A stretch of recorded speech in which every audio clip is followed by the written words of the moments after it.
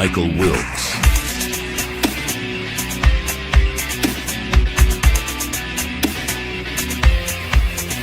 Sam Lacavera.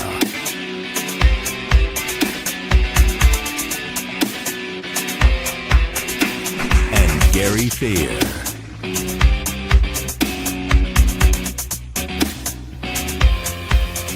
Enjoy the show. Good morning, everybody, and welcome to the Browns Morning Brew.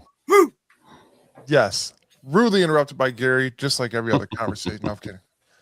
But it's our morning brew, so you guys grab a cup of coffee and join us. And if you're a real Browns fan, you might be grabbing a beer or a shot, to drown your sorrows in. But that's fine. We're here for you. We're going to talk about this Turnpike battle rivalry game that everybody loves to hate. Between our Cleveland Browns and the Pittsburgh Steelers at Huntington Bank Field tomorrow. But we're going to get into this bitter rivalry. But before we get into the stats and facts, guys, how was your Christmas? It was awesome, man. Did you guys see the halftime show with Snoop? Yeah, I did not. Yeah, that was awesome. It was better than a Super Bowl halftime show. Yep. That's because the Super Bowl halftime show they choose half the time is I'm not a fan. Go ahead. No, dude, it was just incredible. Then Eminem came out, and it just like every time I see something like that, it reminds me of like how bad Eminem destroyed MGK and that thing. And it's like if it was like an MGK situation, like it would have been like Diddy or something on there. You know what I mean? And so we're very happy with how things have worked out. Is all I'm happy with how things have worked out. That's like a Detroit versus Cleveland battle too, man. That's for sure, dude. We lost. Yeah, we did. It's like normal. We lost that one, man. Yeah, MGK's song was all right, but it wasn't like a good diss track, really. Right. It was like an okay, catchy song, but you don't want catchy songs if you're doing a rap battle. I think people know better when they go against Eminem, and what they're looking for is they're trying to get their career beefed back up or pushed back more because they're probably lacking in thereof. So they're like, well, I know if I diss him, he's going to come back and tear me apart. So yeah, right. This track about me, and then I'm going to make pop music for the rest of my life. Yeah. Right. Dude, that's what Eminem did to him. He brought him down to pop music. Yeah. That's a shame, man. And then he's starting to wear fingernails, polish, and weird here and weird. You want to talk about weird beard, man? Yeah. All right. Sam, how was your Christmas? It was all right, man. It was pretty laid back. Actually, my family, well, on my side, we're going to do it after New Year's. And we're also going to do Jen's parents after New Year's because I was laid up with the awesome hand surgery I just had done. So I had done on Monday. So I was pretty out of it for a couple days. So still not all together, but way better than I was and on to the men. So it wasn't bad. Just me and the wife sitting at home and we did our own little thing and it wasn't bad. It was good. Logan, I know you had a good Christmas, man. You came out with 2 new hits throughout the week. I did like a Santa Claus is coming to town for the Browns. And then did a hallelujah for Shedeur Sanders. And I didn't know. I forgot when you like tag someone in your Instagram story that it goes to their inbox. So I tagged Shedeur in my story. And I hope he opens it, but I hope he doesn't because it's just some like 35-year-old dude singing a song about him. Like I don't know. He seems like somebody that would actually respect that for what it is, man. I think he would definitely. He seems like the type of kid sharing like people opening their Sanders jerseys for Christmas, like all the Browns fans. Like he probably had like 50 of them on his story. He was sharing every single one of them. Like I thought that was pretty cool. That is awesome. Yeah. But I had a good laid back Christmas. I had 2 days off. I had Christmas Eve and day off and spent some time with the family, the wife and the kids. It was a good time. There you go. For sure. Good Christmas. Man, this is great radio, guys. Let's keep going. Yeah, let's go. We're going to get into some Browns, Steelers, history, stats, and facts. This is brought to you by Bearded Bastards Barbecue Sauce. Use our code BEARDED15 for 50% off your order. Did you guys know since 1950. This team has played a total of 147 times. Steelers lead the series 83-64-1. The tie was in 2018 in a sloppy 21-21 game. That's what we do, 21-21. Can't even score that many points this time. Anyways, we met in the playoffs 3 times, 1994, 2002, and in 2020. The Browns are 1-2 against the Steelers in the playoffs, but the last win was in 2020 when we dominated the first half with 28 points in the first quarter, setting an NFL playoff record. In the first half, scored a total of 35 points. The Steelers only scored 10. We went on to win in that COVID game. Remember that weird game where nobody was there? Yeah. I think that's when Kevin was in the basement. Yeah. Calling the shots down there in the basement because he was down with the old COVID. Yeah, we ended that game winning, obviously, but the score was 48-37. So that was the game where Big Ben was literally sitting there crying. And I wish I would have pulled that picture up. I'm going to find that picture. You guys go ahead and talk about that game or any other game you want for a second? No, I'll go over that real quick, man, because us being Browns fans, because it started right off the rip with that snap, from Pouncey. I believe it was Pouncey to center and going in the end zone. And then I'm like, all right, cool, man, this is great. I kept my mouth quiet and shut because we were dominating so well that I felt like if I said anything or enjoyed it too much, we would end up losing that game. So I remained humbled. To almost like the fourth, because them guys ended up putting points back up there too. But everything was going so well for us. I didn't want to jump around and celebrate too early because I know how the Browns can be. But what a game that was, man. That was awesome to see that, 48 points, like that takes us 3 or 4 weeks this year. Yeah, right. I forgot that Pittsburgh I don't remember if they how close it actually felt, but I forgot that it was the score was relatively close when the game ended. Yeah, going into halftime, it was like a blowout. It was wow, this is really happening right now. Wow. Yeah. And it kind of sucks because it's that was awesome in the Big Ben picture. I'll always remember that. But then you kind of, not to get ahead of ourselves, but then just how the next week in Kansas City, man, it was that sucked. But at least we got to take Pittsburgh down in Big Ben's last year. Yeah, that Kansas City game was rough to watch. I don't know. Swanson helmet to helmet hit, man, is all I got to say. And we were, screwed up again. Screwed out of another game. So, yeah. All right, we'll get it back. I can't find one without re-sizing it. But we've had some good games, man. They hold the all-time record against us, but I don't know. We've been, I remember James Harrison hitting. Is there any teams that we've played that don't hold the all-time record against us? The Titans. I'm sure there probably is. Sure there probably is. I've been around for only a little bit. Right. That's why it matters. Sure. Or did they take the lead 3 weeks ago when we lost that game? No, I think we're 12-10 against them. So now it's 12-11. So we're still ahead, I believe. Yeah. The Turnpike rivalry started in 1950 when the Cleveland Browns moved to the NFL. We definitely dominated them the first 8 games. What's that? Wait. Oh, I see what you did there, Gary. You blocked me off there. Dominating the Steelers the first 8 meetings, 31-9, all the way up to 69. The Steelers started rising in the 70s, and then they started their Super Bowl era, which that's why I think the rivalry actually started. Obviously, we all started off in the same division, the AFC Central at the time, but the Steelers won their 4 Super Bowls in the 70s and were the first team to win it back-to-back in 74 and 75, as well as 78 and 79 seasons. Well, the 50s and 60s belong to the Browns. The 70s belong to the Steelers. And so have the 80s and 90s and 2000s and 2010s, and just kind of in that situation, And so I feel like that's why, we feel that rivalry here in Cleveland with the Steelers. But honestly, the people in Pittsburgh do not feel that rivalry with us too much any longer. which is why, like, I think at any cost, at any point, doesn't matter what's going on, you have to beat the Steelers. I'm not into, losing for draft picks. It's never really worked in the past. That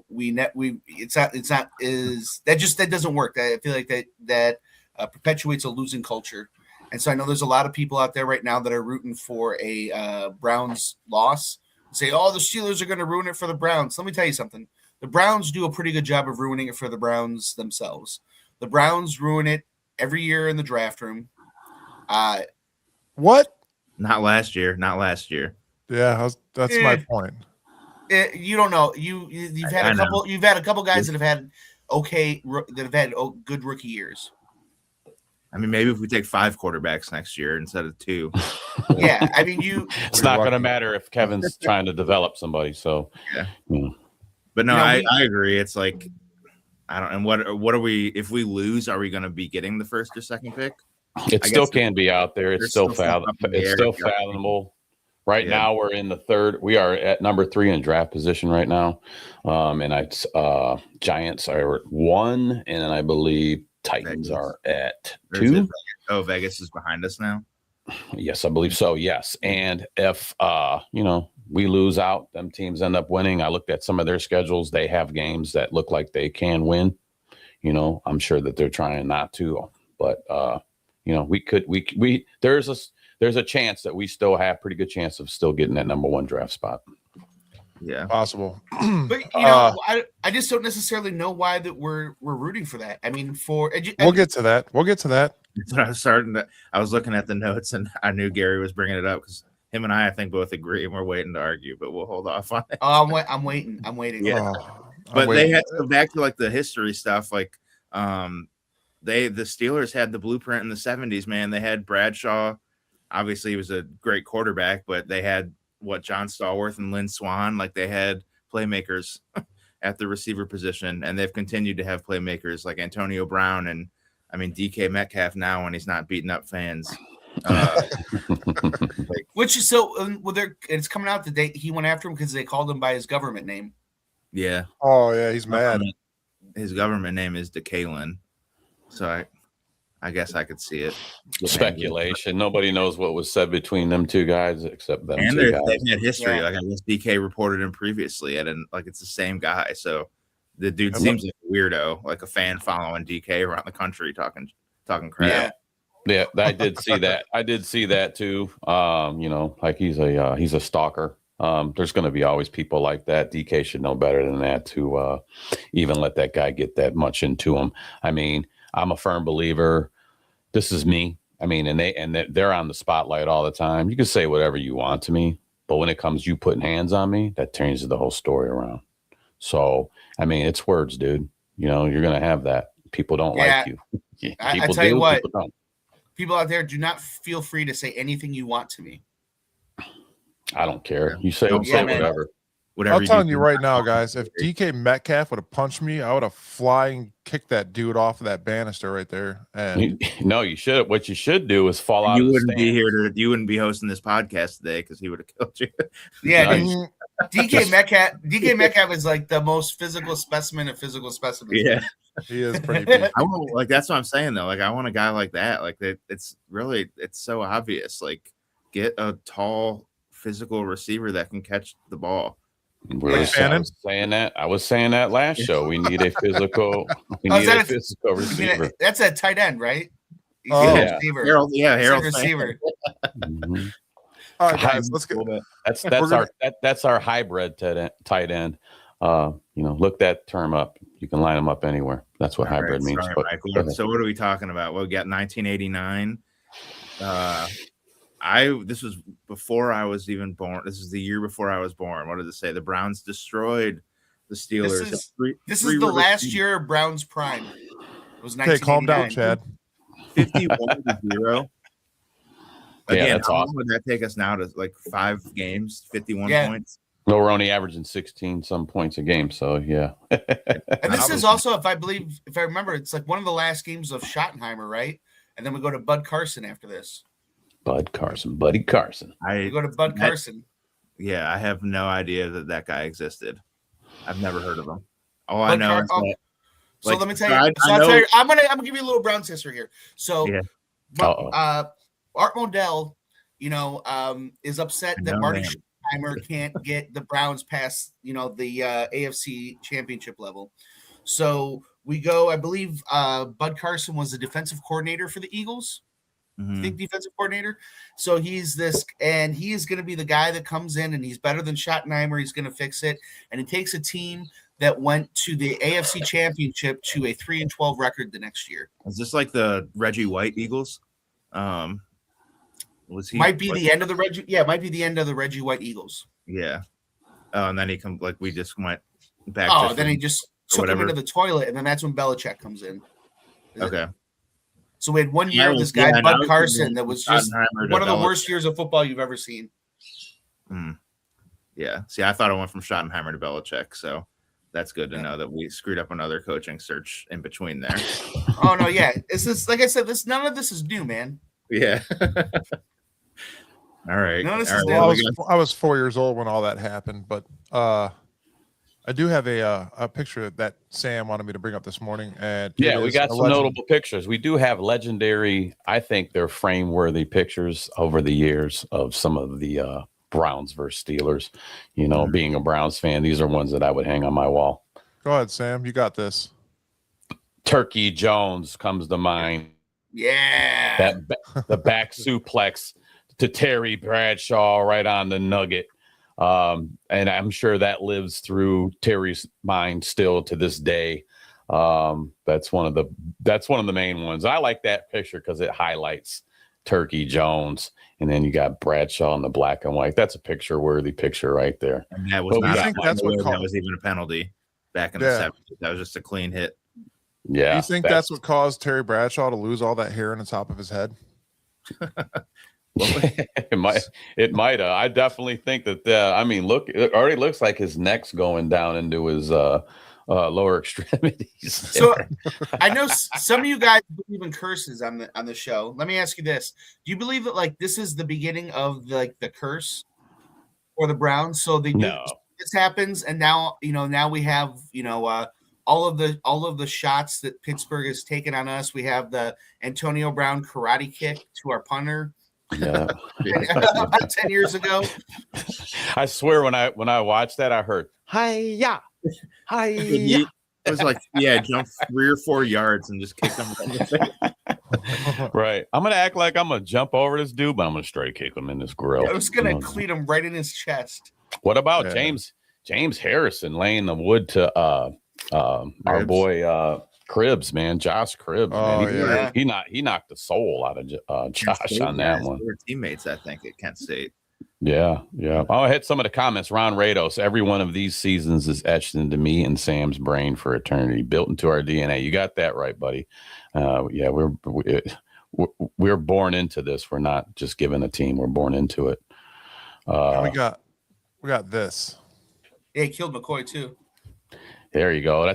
That you could put that in a snow globe and just shake it up, man. Literally, that's what it is. There's another picture frame worthy. That was last season. Jameis said that this was one of his favorite games ever. He never played snow like that. And after the game, they were all doing snow angels. Man, what a great win that was. What a tough season, because we only won 3 that season too. Thanks, Kevin. But that was definitely a picture frame worthy picture there for sure. You want another picture frame worthy one? This is the notable Myles Garrett helmet incident with Mason Rudolph in 2019. They should have that picture should be at every Chuck E. Cheese by the whack-a-mole machine. What a great picture that is. Man, when that happened, I was like, I'm like, Myles, man, like, you're doing so good. I wasn't happy that happened. But, hey, you know what? That's another thing where everybody was speculating what was said between them two guys. Yeah, I was happy that I would have I don't know, man. I know they say words are words, man, but I wish that when he ripped that helmet off, his head was in it. Yeah, that was a pretty crazy chain of events that happened there, and I remember just going, man, this kid's making a legacy. Don't let this destroy your legacy. This will be an asterisk next to you. Who would have ever figured that Mason Rudolph would still have a job with the Steelers at this point? Yeah, right. 6 years later, he's still with them. I've been saying, I said probably like 3 episodes ago, I want to see Miles break the sack record there in Pittsburgh. I said that way back, and I want Aaron Rodgers. I don't want Aaron Rodgers to be hurt. Maybe paint a picture of we're getting our asses handed to us, so they sit Aaron and they bring in Mason. How sweet would it be for Miles to break that record? But I would like him to actually get one on Rodgers. He's never gotten one on Rodgers, so that's something he's chasing also. But this is the game. We get this. I didn't think we were going to get it in Buffalo. It looked like we should have, but we didn't. We got the half sack, which I don't even want to get into that. I don't even know how you got a half sack out of that. I'm not taking nothing away from Miles. I'm not taking nothing away from Miles, but rules are rules, man. I mean, I don't want no asterisks next to his accomplishment when, because that's what they're going to bring up, But some people Mason Graham touched him in the end zone, plays over. That should be awarded to Mason, not a split sack. But that's a reason for Pittsburgh fans to blow it up and say we didn't get it in 15 games and he didn't do it. That half sack was a joke. Whatever. I'm waiting for it.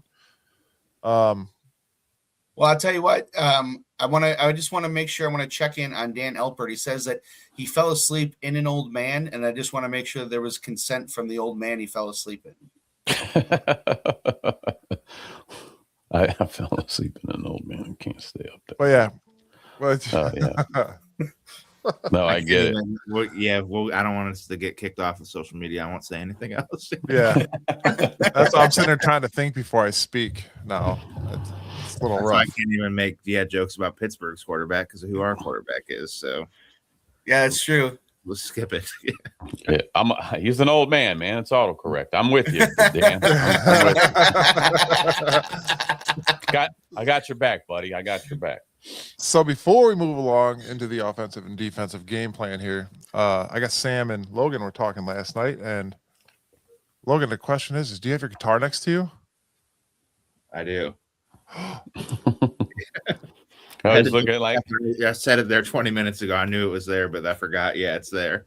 Do you want to play a song for everybody? Sure. All right. Oh man, here we go. All right, let's see. So this is we'll see. It's the same thing I do with all the other ones. I write it, play it once, record it, and then never play it again unless I'm on here. Then I play it a second time. So that's all right. That's all right. Just get your push, brother. Yeah, this is to spread more Christmas cheer.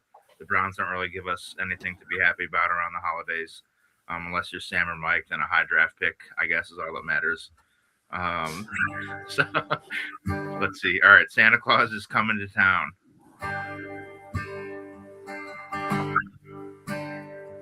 It's no fun now. Oh, look, another offsides, another sack on 4th down. Who's on our offensive line?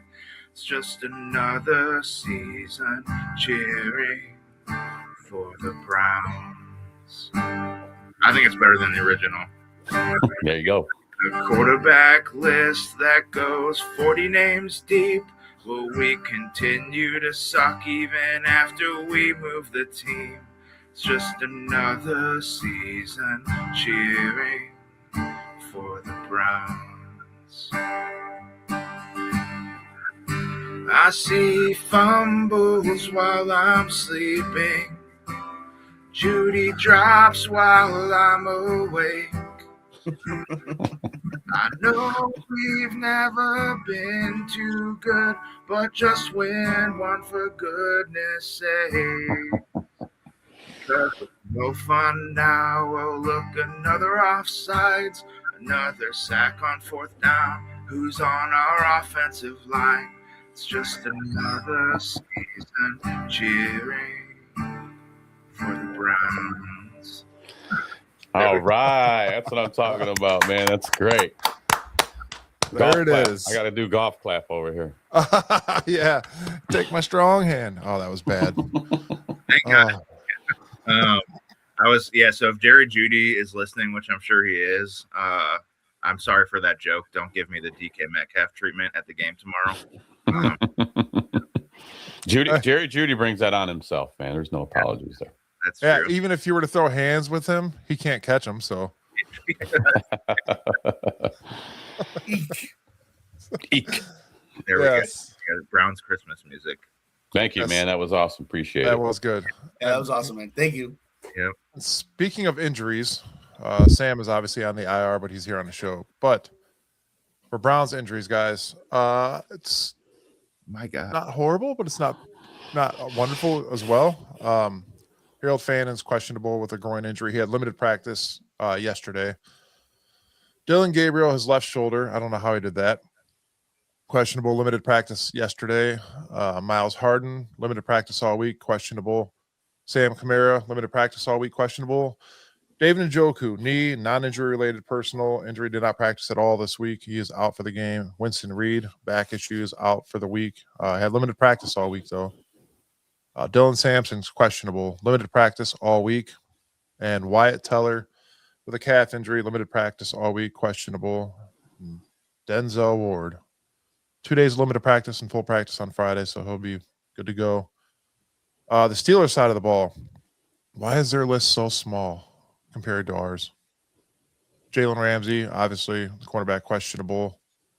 Kelvin Austin III did not practice at all. He's out. Brandon Eccles is out. James Pierre out. Isaac Samuel is questionable.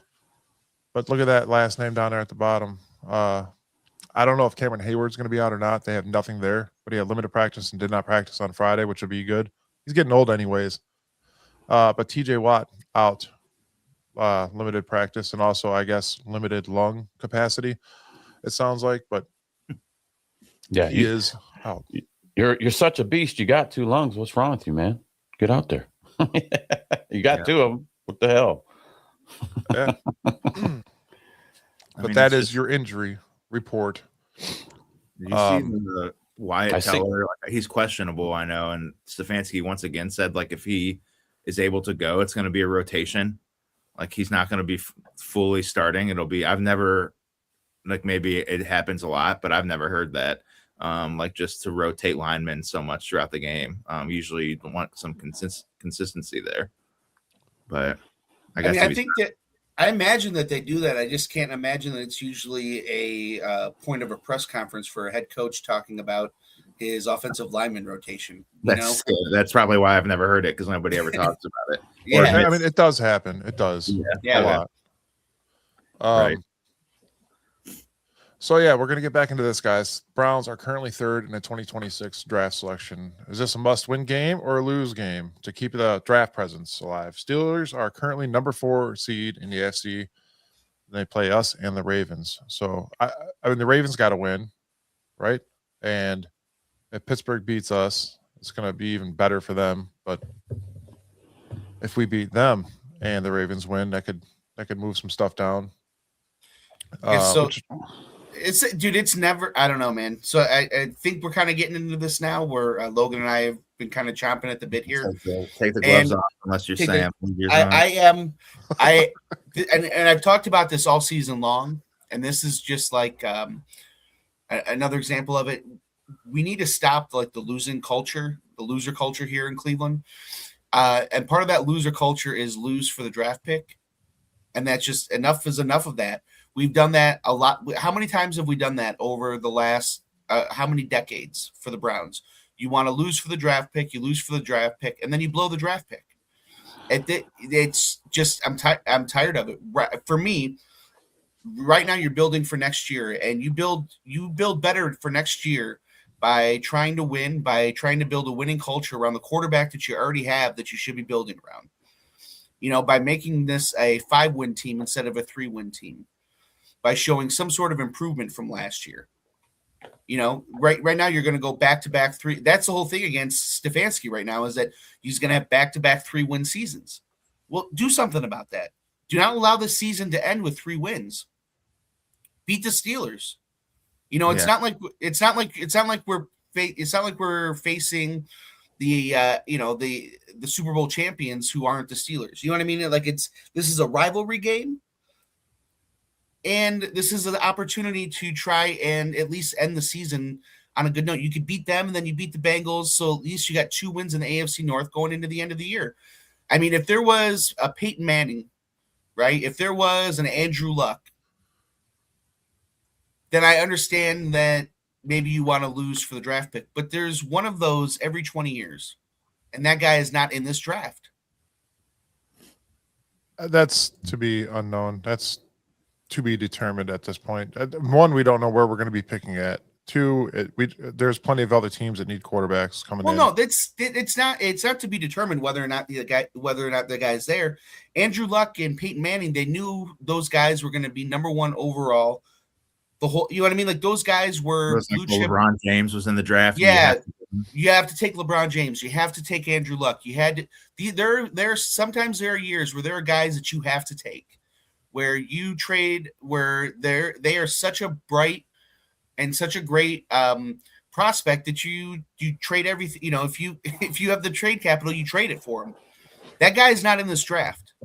So half of them wind up being bust anyways. So it doesn't matter because college and NFL is completely different. You got to be able to.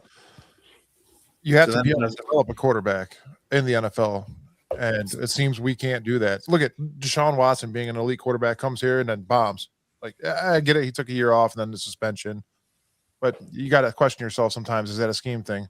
And I'm not going to get too far off topic here, but we're going to go back into this. I'm 50-50 with winning or losing this game. It is a bitter rivalry. We all hate the Steelers. I would like to send them away with a win at home, to be honest.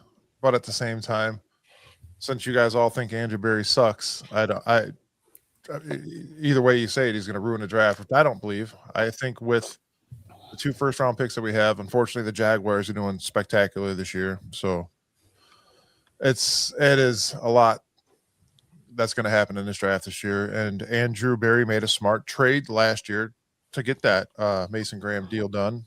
It worked out perfect for us so far. Everybody that believes Mason Graham isn't a great player right now, your defensive linemen aren't going to be wowing you in stats. So yeah, this has been Andrew Berry's best draft class so far, as long as we've had him here. That's my opinion. We all have him. No, for sure it has. Also, you mean just even the move of getting Tyson Campbell over here for Greg Newsome. Another great move during the season. So, I mean, he's I mean, of all the years, this is finally what we've been wanting, and we're finally getting that. So, you know, and as far as giving up, trying to get a first round pick, I don't think that's destroying a winning culture when you don't have nothing to win. There's nothing to win right now. Your season's over. I look at it this way. Wouldn't you guys want, I mean, we know what we need. Okay. Let's say they go, okay, we're going to build around Shedeur Sanders next season. Okay. Don't you want him to have a top tier wide receiver coming out of the draft? Wouldn't you want a number, if you had the number one pick, if you had the number one pick, wouldn't you want the number one top wide receiver? Why would you want to wait till 3? But I would in that situation anyways. If that's what you need to do to get a new winning culture, is to get more winning people over here. I'm gonna go grab a coffee. Hold on. Why wouldn't you want the top guy? I think I would rather have those 2 extra wins at the end of the year and improve from 3 wins to 5 wins and have the 7th pick in the draft than the first overall pick. Because it's a continuation. We've had the first overall pick. We haven't had no picks in years. We finally got picks. We haven't had no picks in years because of Deshaun Watson. And who made those trades? The front office. Whoever was it decided to do it in the front office, and I was behind it when they did it, but it ended up being a bad move. And so so you have to live and die with the decisions that you make. We have we had 2 number 1 overall picks back-to-back years, and one of them still on our team, setting a sack record on a 3-win team, and the other one's no longer here. So I get it, and I think if we had number 1 anyways, we'd probably trade down to 3 or 4, which could that would probably net us more picks in the end. It could be good, but I don't know. It's just like somebody, I think Gary, you might have said it. Pittsburgh doesn't even care about us. They don't see it as a rivalry. In a perfect world, we could win the game and then still find a way to get into the number, get a top 2 pick. But I don't know. Believe me, they still see it as a rivalry. The fans, the fan base does for sure. I don't know, man. I can go into Pittsburgh wearing all Browns gear and not get messed with anymore. I've done it. I've walked into Heinz Field in Browns gear for Browns Steelers games and not had to worry about my life. Gary was at the wrong stadium the whole time. Yell at DK Metcalf, call him his government name, and then you'll have to fear for your life if you call DK government name. You know, people actually take sympathy on you as a Browns fan when you go to Pittsburgh. You guys want to see a picture of DK Metcalf and Gary? Boom. Is that me slamming DK Metcalf? Yes. Yes. Nice. I don't know. It's hard to root to lose, man. Like, I don't know. Like, it's I'm not rooting to lose. Yeah. I just don't. You don't. But you kind of are because you'll be upset. You don't have nothing to win for. You have nothing to win for. There's nothing to win for. I would rather have a top receiver at one. Like those guys that have a been top forever. offensive lineman at one.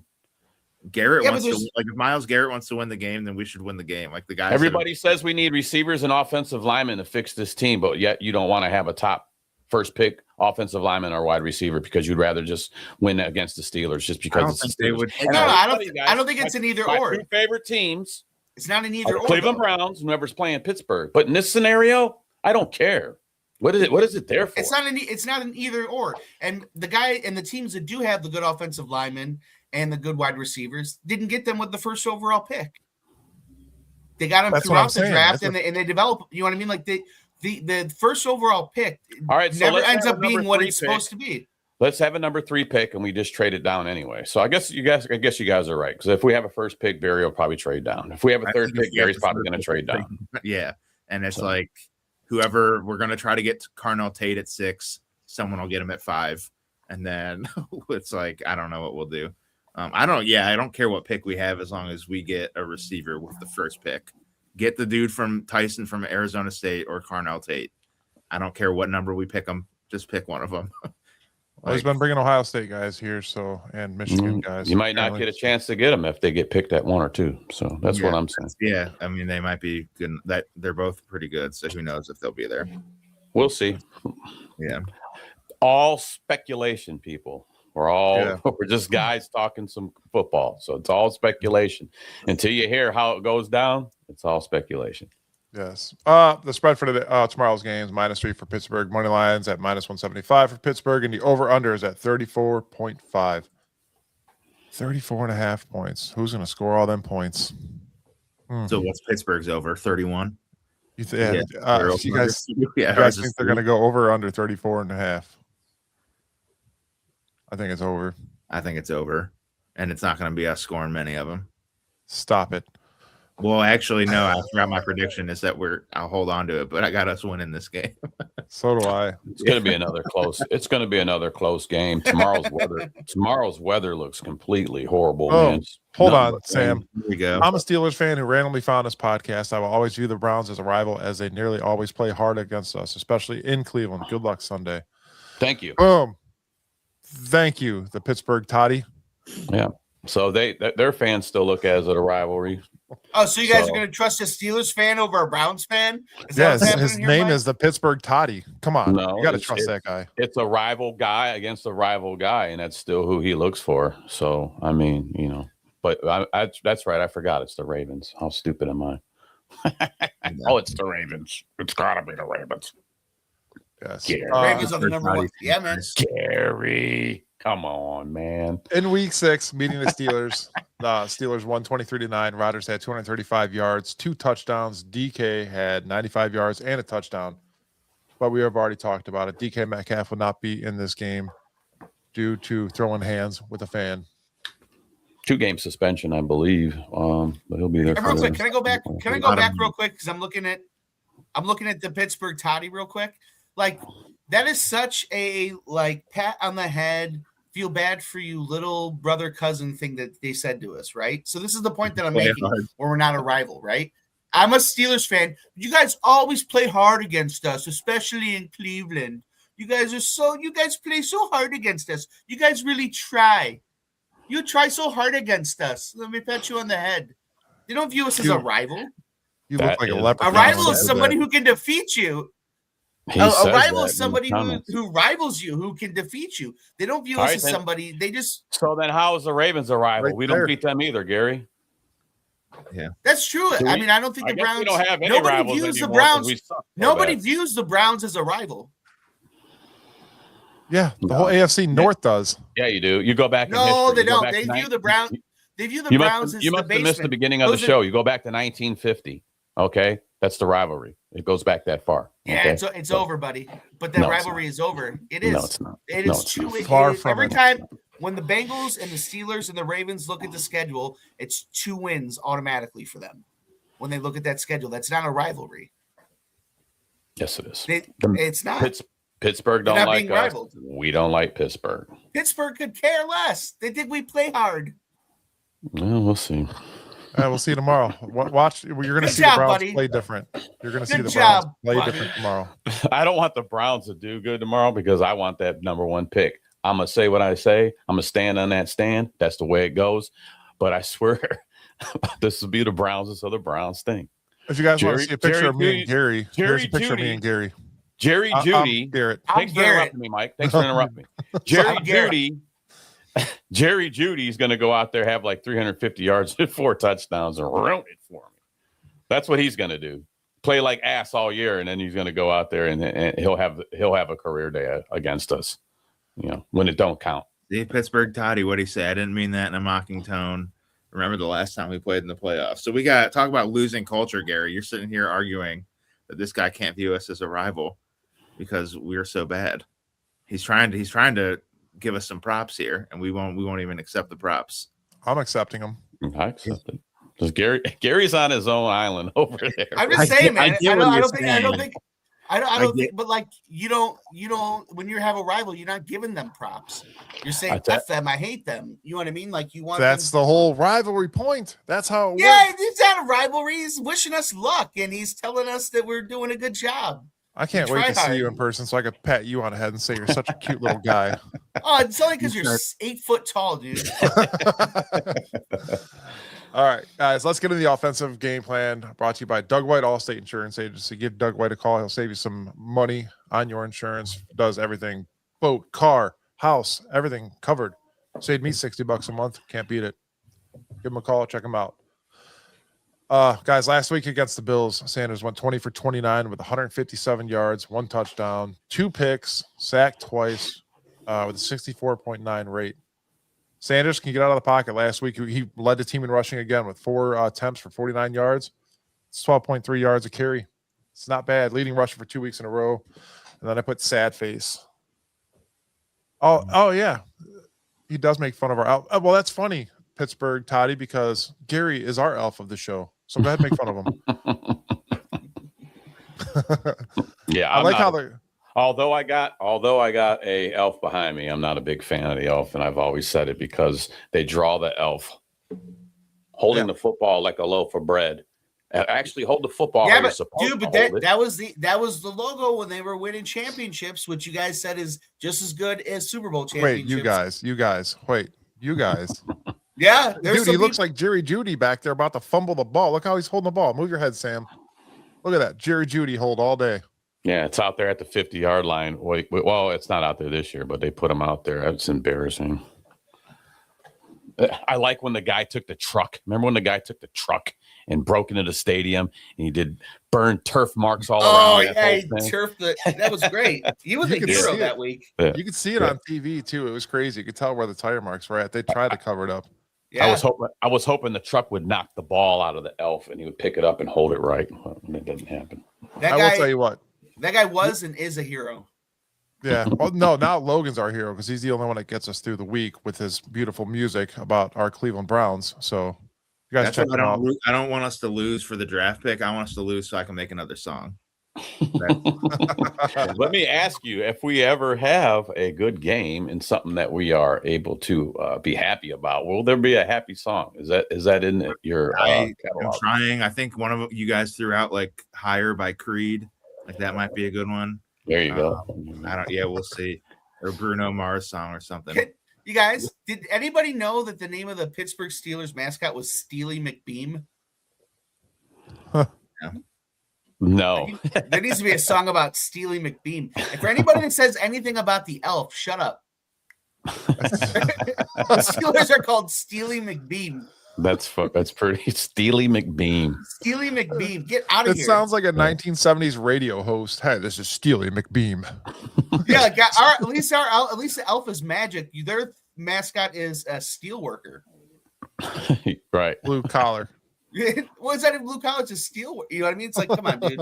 Steely McBeam. Steely McBeam. Couldn't even. Oh wow. That's funny. That is man. kind of funny. That is really fun. I never knew that. Thank you, Pittsburgh Toddy. That's Maybe you are a rival again. Yeah.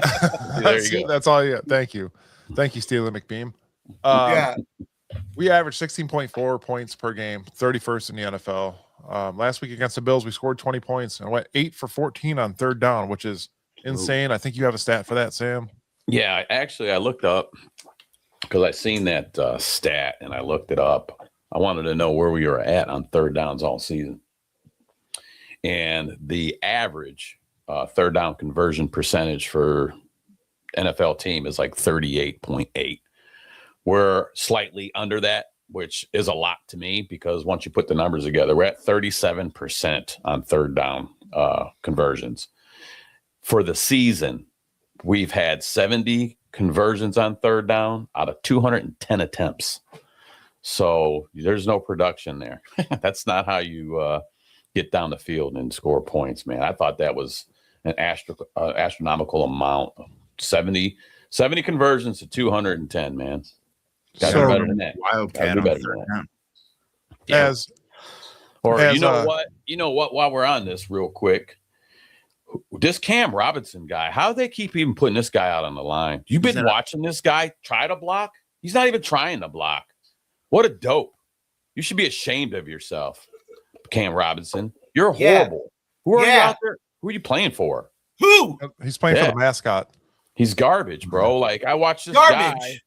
He's out there just collecting a check and not even trying to do anything. It's just taking the money. You're just taking the money. It's crazy. I mean, this guy has not done shit for blocking. I don't put it up. We almost made it. I've been watching the clock. Can we go the full time without saying a swear word? There it is.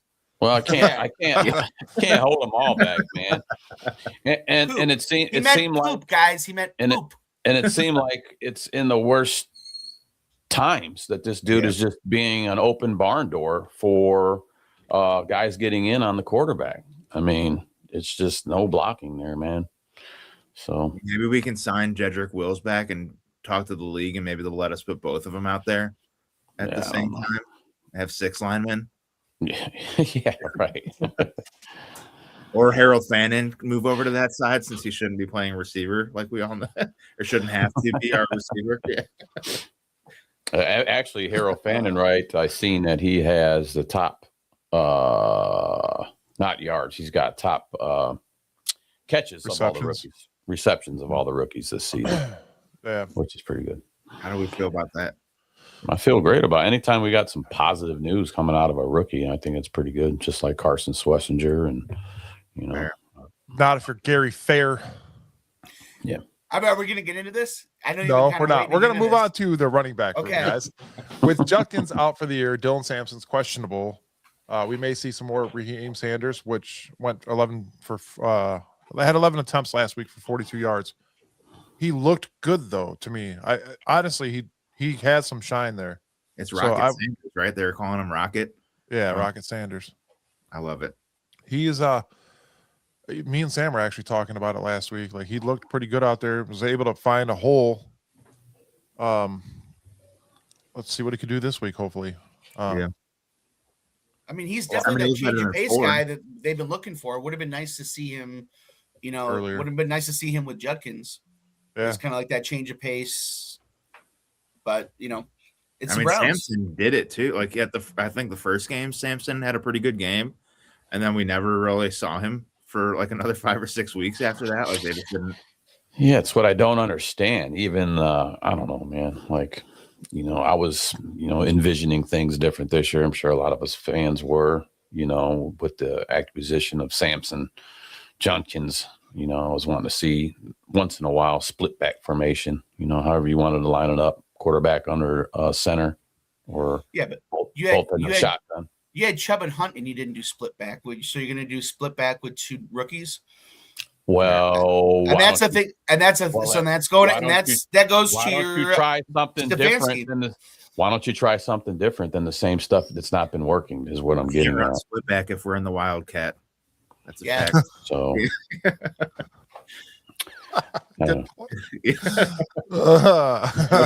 If Judkins is our playing quarterback on 2-point conversions, we can't run split back. Yeah, but I think Kevin really needs to get another quarterback so we can see if that's the problem again this year. No, really, I think 7 quarterbacks for him would be like 7's the number. I think Steve Smith said it. It was it always turns into the quarterback, I know, but he said like counted out how many quarterbacks Stefanski has had, and I don't know what it was, like 17, whatever the number was. He was like 14 guys. You can't make it work with any of them. Like how many times is it just going to be the quarterback's fault? He's had him tall, he's had him short, he's had a scrambler, he's had a pocket guy. He can't do nothing with nobody. Mm-hmm. If anybody's still sitting here going, one more try for Kevin Stefanski, I mean, you just want to have one more losing season till I'm sure. Get out 13 quarterbacks.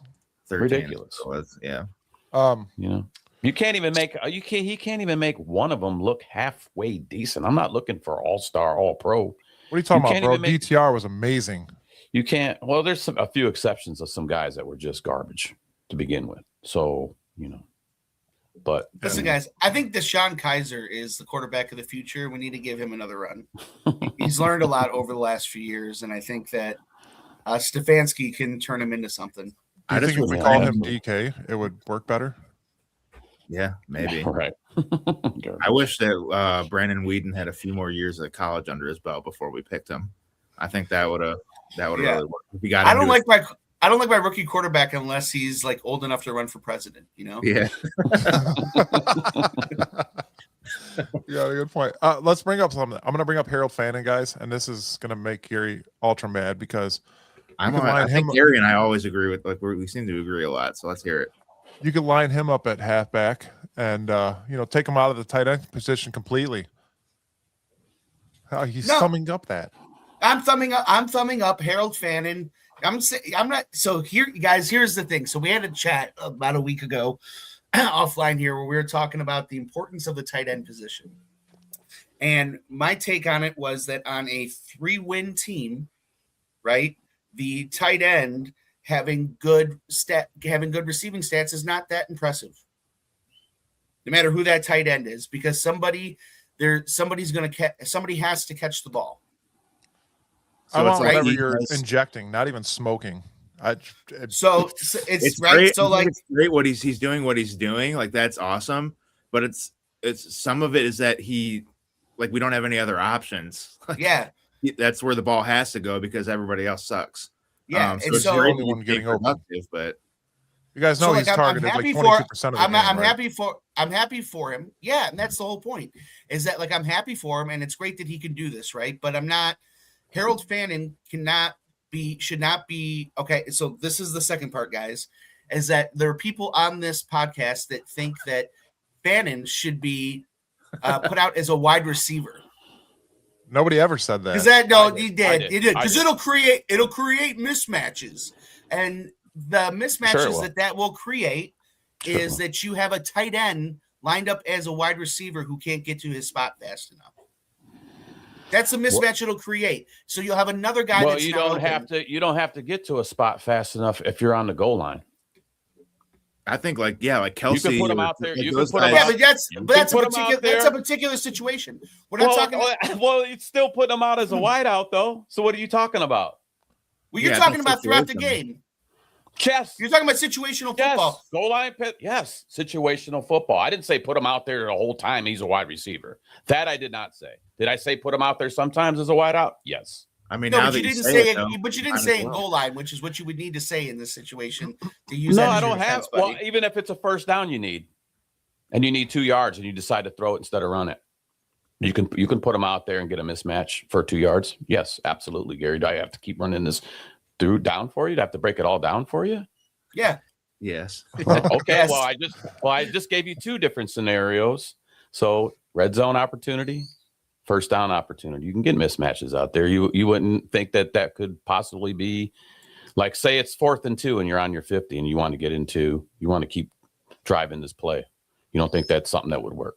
Well, no, you still use him as your tight end though. You can run a route and get that mismatch and still have your wide receivers where your wide receivers are supposed to be. I'm just saying you can spread the field a little different. It's going to cause those guys. If we had, you know what? Even if he's out there, even if he's out there, if you have wide receivers, then it's a better mismatch. If he's that good, then make him a wide receiver, and then we can have another tight end that has another mismatch. And then look at how good we are. We have a mismatch at wide receiver, and then we have a mismatch at tight end. But he's not. He's a tight end. He's a hybrid tight end. If you look up the definition of a hybrid tight end, he can line up anywhere. That means anywhere. He was at fullback last week at a couple. And I don't know why they didn't do more of that this year. I love that. Yeah, I love him at fullback. We're at goal line situation. I love that. I'll tell you guys something. Put him at fullback. I'll tell you something. Him lining up at the tight end position onto the right side of the line is crucial because this line is such trash. Yeah, it gives him opportunity to chip block and then get out there and make a play because we have to get rid of the ball so fast. I do agree with that, but him lining up as a receiver and being the only one that's able to really get open for the most part, you can line him up wherever. Hybrid is correct. I'm not mad that they're doing that, but to have him on the line to help block, is crucial. I think. Even if I'll throw out another scenario, Gary. Just because he's at the wideout spot necessarily doesn't mean that it has to be the number one target play. You know, he can be out there as blocking for the outside. Real quick. I just want to say that Mike just backed up a point of mine. That's what I said. I think we're talking to the point that everybody actually agrees. Yeah. Like I don't think it's funny where Gary's like, there ain't no way you can line him off there as a wide receiver. And I give him 2 scenarios. He's like, well, you didn't say about situations. I think it's just if we wanted to say that. No, we were just talking through text message in general and what I was saying is that he's not your wide receiver. This is nice. What he's doing is awesome. And on a good team where you have a functioning offense, having a guy that's able to catch the ball from the tight end position is awesome. But on a 3-win team, Harold Fannin is not anything to get excited about.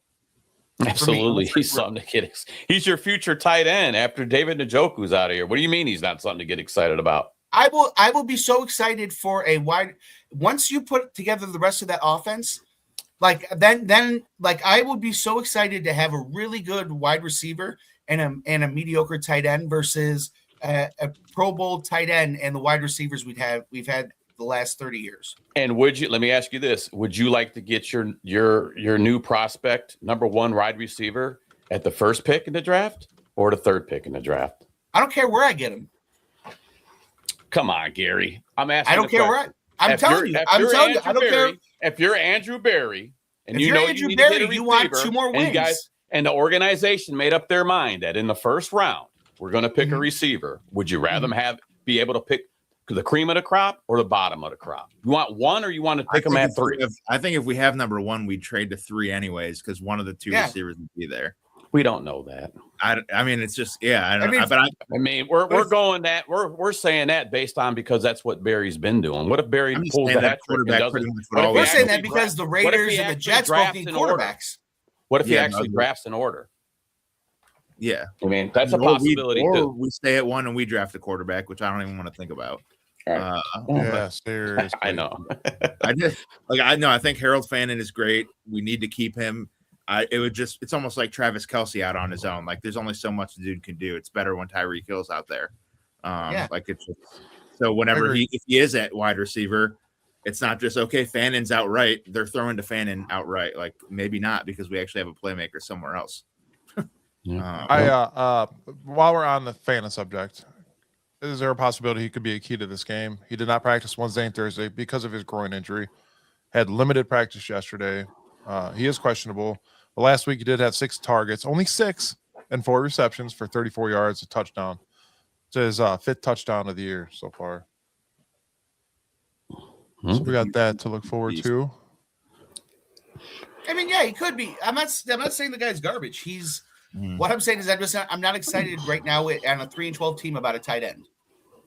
No, Wouldn't you be excited about your future of that tight end developing here? As you already see what he's done in his rookie year, it would only look like there's going to be a high ceiling for him as we go on into his future as a tight end. We already know that David Njoku's not going to be here forever. You should be excited for that. Hey, it looks like this Fannin guy is going to be our next top, number one tight end. And that's the way it looks right now. I mean, listen. That is exciting. You know what I mean? It's exciting to be like, oh my god, I'm going to get a really nice Olympic-sized pool, but if you live in a swamp and you're putting the pool in the swamp, then is it really that cool? It's not. You get what I'm saying? Like before I'm excited about that pool, I want the land around it fixed. And so I'm not getting excited for that pool to be put into swampland.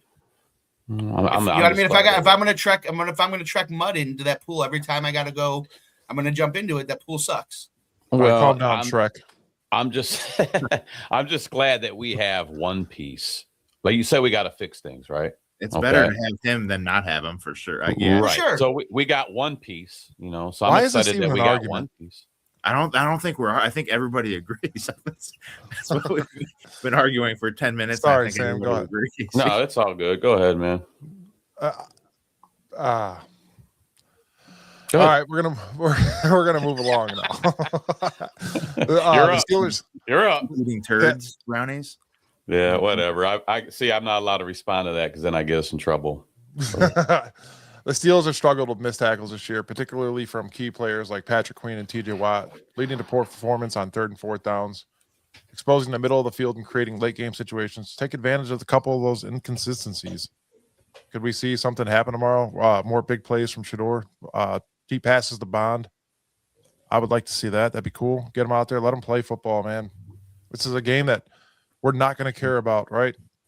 If we win or lose, it's the end of the year. Have fun. Go out there, ball.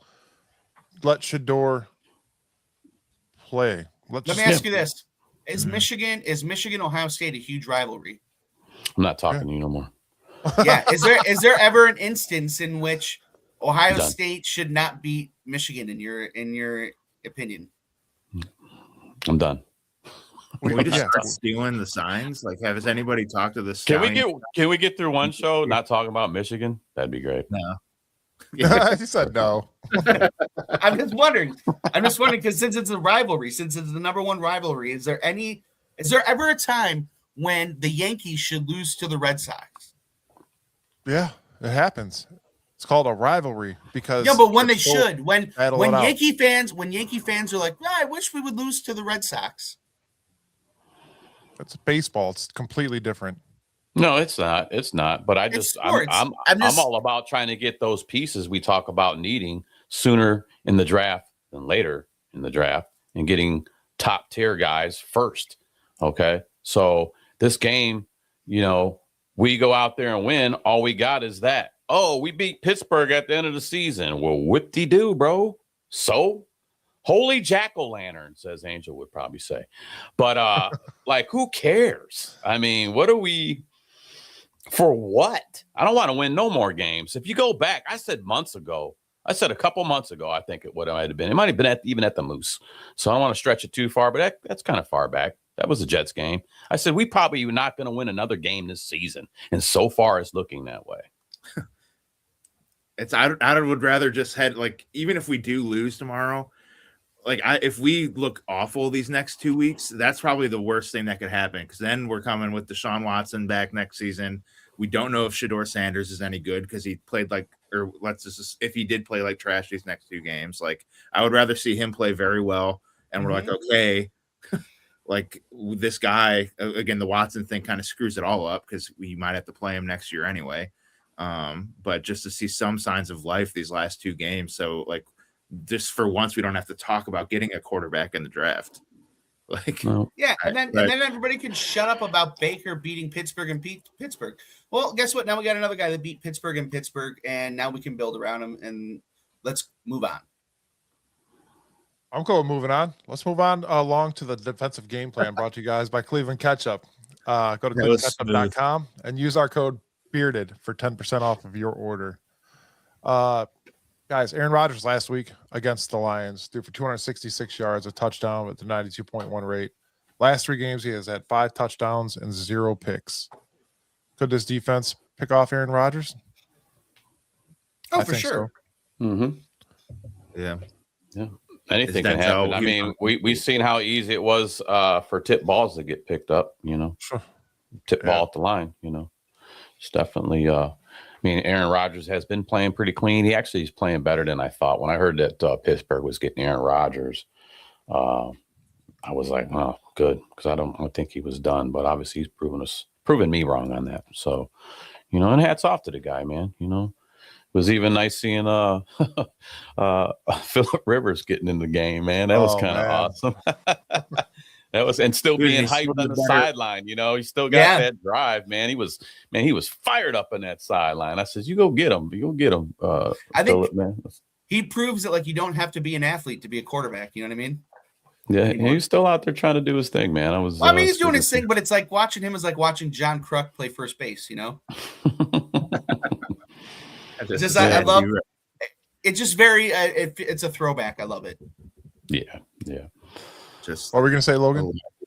I was just John Kruk made me laugh. Just a statue at first base, not if it's to his left or right, he's not really gonna move to try to catch it. Oh man. But yeah, we got Aaron Rodgers have done better than most quarterbacks we've had in 30 years.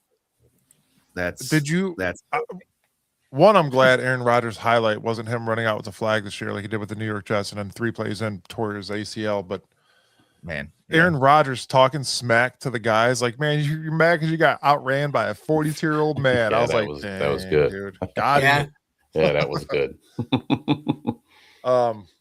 Pittsburgh's averaging 27 plus points in the last 4 of their 5 games. Defense is averaging giving up 23 to 25 points a game, and that's 19th in the NFL right now. Total yards allowed are 204 to 279.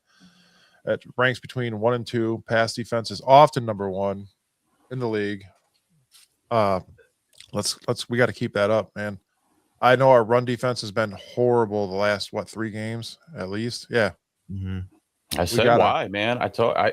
Ever since Malik Collins went down, it just goes to show sometimes one guy does help that out, because that's what I'm seeing. Since he went down, the last, like I said, the last running back we actually held at bay was Christian McCaffrey. Okay, and what game did Malik go down in? Frisco game. So, I don't know, wanting him back healthy next year. Our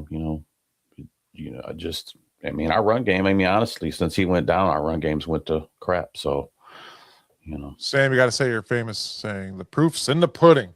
Proof's in the pudding. In the pudding. They put 29 points on the Lions and went 8 for 16 on 3rd down. We're not letting 8 for 16 happen on 3rd down. I hope not. And I hope they don't put 29 points on us. I don't think anybody in our score predictions have them scoring 29 points. Yeah, nobody does. Yeah, not after Buffalo. I thought they were going to ramp up the score, and then it was a 3-point game. You know what I mean? So it's never know what you're going to get with these guys. Right. The fun fact is that our defense last week held Josh Allen to only 130 yards passing, but gave up the 173 yards rushing. I don't think he didn't have a touchdown either, I believe. Yeah, this run defense has not been stellar, to say the least, unfortunately. And that's something they got to change. I never thought we'd give up 170 yards to the Titans on rushing either, but Pollard the week before that had a 10-yard average per carry.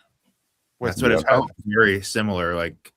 They actually were going the same way in the stadium both times, but just seeing the back of the running back's jersey that first drive was Tony Pollard, 20, 30-yard chunk plays, and then James Cook, whatever was that, 50-yard TD after a 10 and a 15-yard carry before that.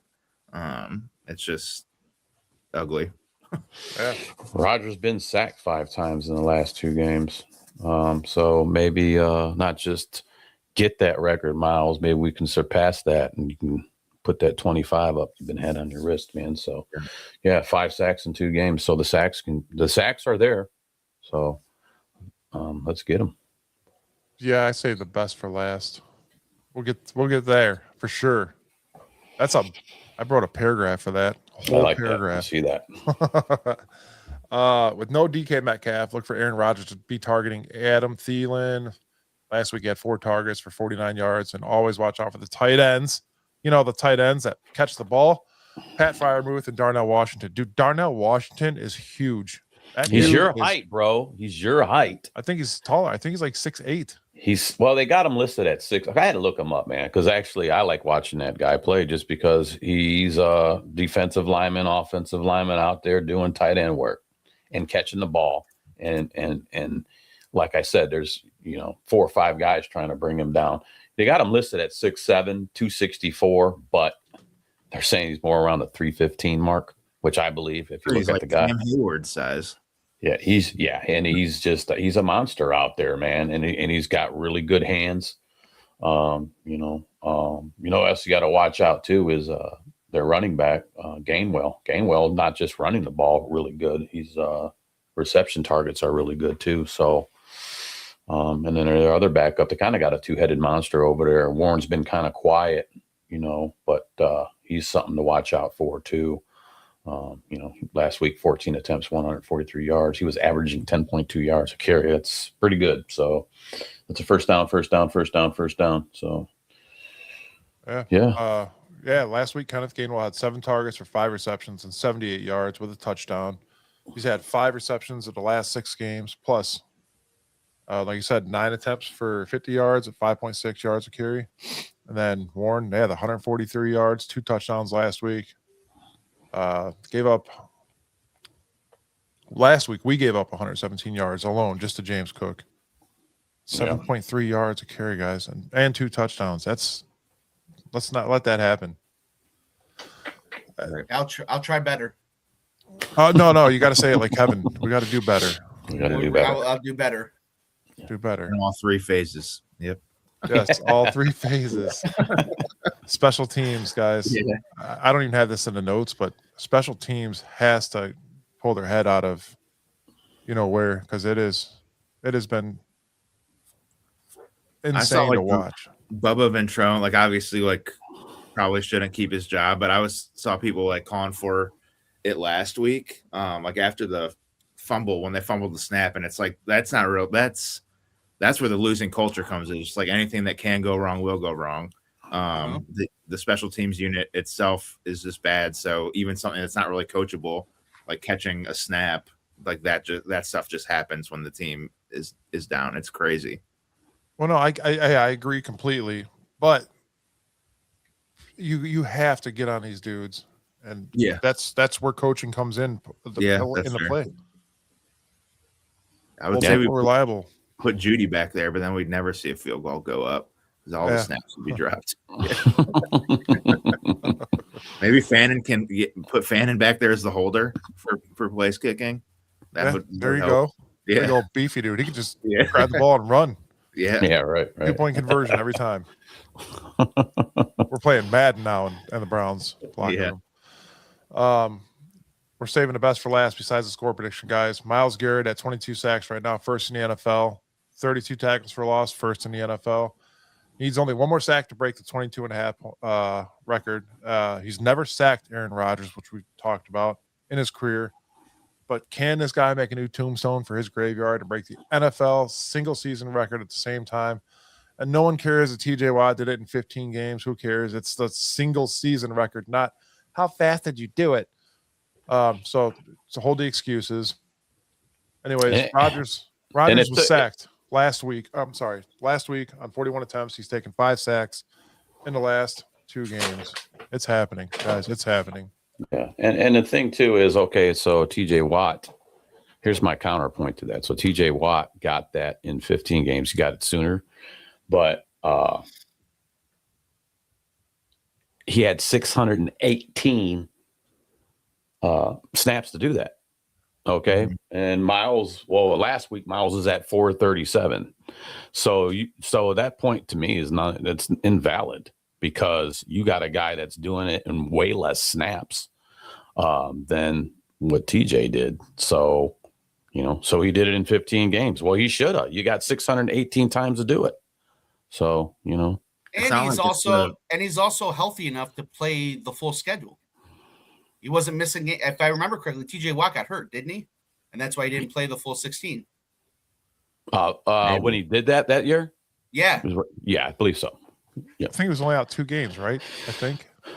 Right, but that's a big comparison number. 430 snaps for Miles to get where he's at right now with it, and it took TJ 618 snaps. Okay, but he did it in 15. But I mean, you got a lot more snaps, so there's a lot more opportunity to get that sooner. I mean, you also got to look at tomato strength of schedule when that happens as well. So I mean, not making excuses for anybody.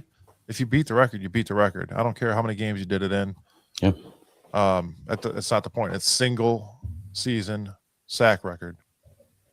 So that's where I'd like him to get it at least the 16th game, because it's kind of like the old, like when Roger Maris set the home run record. He did it after it was like the season was longer that year, and he did it after the 154 games. If he does it in 16, it's like that's how long the season's pretty much always been, for a long time. So I don't know. And yeah, Miles is doing it against teams that stop throwing the ball halfway through the third quarter against us because they don't need to. It's a little different. I hope he hits Rodgers so hard that Rodgers falls into a COVID vaccination. What's your guys? Let me get your guys' prediction real quick, man. What do you guys think, Miles? How many sacks do you think Miles will get in this game? Oh, I thought we were jumping right into score predictions. Boom! I put that up so you guys want to rewind that. I was just thinking about it. I just wanted to throw that out there. So, I mean, what do you guys? Gary, start with Gary. Where are you thinking, Matt? Gary? I mean, I don't know. He's gonna have 3 billion sacks. He's gonna have 3 sacks. I like that. I like that number because I was thinking the same, man. So, Logan, you said 3 also? 3. Yeah, I was thinking 3 in my head too. Mike, where are you at? 1. Okay. All right. Somewhere between 3 and 25. It's somewhere there. Yeah. You never know. We did have that 5 sack season game. Yeah. And like you said, Aaron's been on his back 5 times the last 2 games, so those numbers can be there. This Pittsburgh Toddy guy is just he's not a bad guy. Says, wouldn't this scenario be funny? Rodgers doesn't play because the Ratbirds lose and Garrett breaks the record by sacking Rudolph. I've been saying that. I've been saying that. I've been saying that. And, I'm not, like I said, I don't want no ill will, Pittsburgh Toddy. So, Aaron Rodgers, I don't want him to get hurt. So that happens. So maybe you guys are blowing us out by halftime and there's no need to rest. You rest Aaron Rodgers and then they can bring in Mason. Look at that ref's face. Like, oh my God, Rudolph's going to die. Like that is. Oh, run, Rudolph. Miles is coming to town. There you go, Logan. There's a new song for you. Yeah. All right, guys. Before we end this, let's get into some score predictions. I made this right in the middle of the show. I didn't send it to you guys like I did last week, but we have it up and ready now. So, Browns versus Steelers. I'll go first. I'm gonna flip the score from last week's game, 23-20, Browns. It's gonna be a rough, tough game, and I'm gonna be completely sober and watch this. Fun times. Enjoyment. Angels. Yeah, Angels 17-10 Steelers. Chad says 10-13 Steelers. Sam? Oh, right as soon as you're about to drink your water. It's all good. I'm going 24-17, and I just based my score. I just went back to see. I rounded things up. I went by what Pittsburgh's averaging per game, and then I went what the Browns are averaging per game, and the Browns are like 16.9, rounded up. So that's where I came up with my 24-17 Steelers. Gary gave me his score last second, so I put it in backwards, unfortunately. But go ahead, Gary. At 32-14, I'm picking the Steelers to win. But we don't want them to win. We don't want them to win, but what do you think is going to happen? Yeah. What I want versus, what I would put money down on is 2 different things, Yeah. Double-edged sword. Yeah. They're gonna dog walk us, I think. I hope they don't. No pun intended. Yeah. Yeah. All right. Yeah. Every time I send these to you guys, I'm like, we're not gonna win the game. But I'll stick by it. 24-21 Browns. All right. That is your score predictions. Guys, the Pittsburgh Todd, he says he's got Steelers 17-9. It's going to be a rough battle game tomorrow. It's going to be the weather, actually, I think is supposed to just be somewhat cold, rainy, I believe. Very rainy. Yeah, let's see here. Yeah, I just watched it this morning. Looks like it might rain all the whole game. Yeah, 95% chance of rain, but 60 degrees. Never mind, it ain't going to be cold. Yeah, just going to be a sloppy game there. Yeah. Wonderful. Go Browns. Go Browns. Go Browns. Yeah. Oh, you're adorable, Logan Bruce. You said Says it, Gary. Ellison Elizabeth Kajowski. You got a fan. Oh, listen. Oh, Allison's watching. I think Listen. she meant Gary adorable. No. When Gary said that meant, you're adorable, he meant that for him. Yeah, I meant it too. Yeah. Both Allison and I think that you are adorable. Thank you, Gary. You're welcome. All right. Well, we're going to end the show on that note because that was great. Gary thinks Logan is adorable as the Browns elf. And yeah, we will see you guys Tuesday at 7:30. Me, Chad, and Angel. I will be back Tuesday. I can't miss this show. I want to talk about what happens in this game. And you guys get to sit back and watch. And then I can talk crap about Gary. It's going to be fun. So join us Tuesday, 7:30. I want to float around an idea, and it's kind of been floating around too, man. I think we need to have the end of year season, all bearded Browns guys going at it, just to talk about the end of the season there. Yeah, we're gonna try to put something together. We will definitely post what's gonna happen, what time, because I know Logan goes to the games. Oh wait, is that Cincinnati game at home? No, it's in Cincinnati. That's away. Yeah, that's away. Yeah.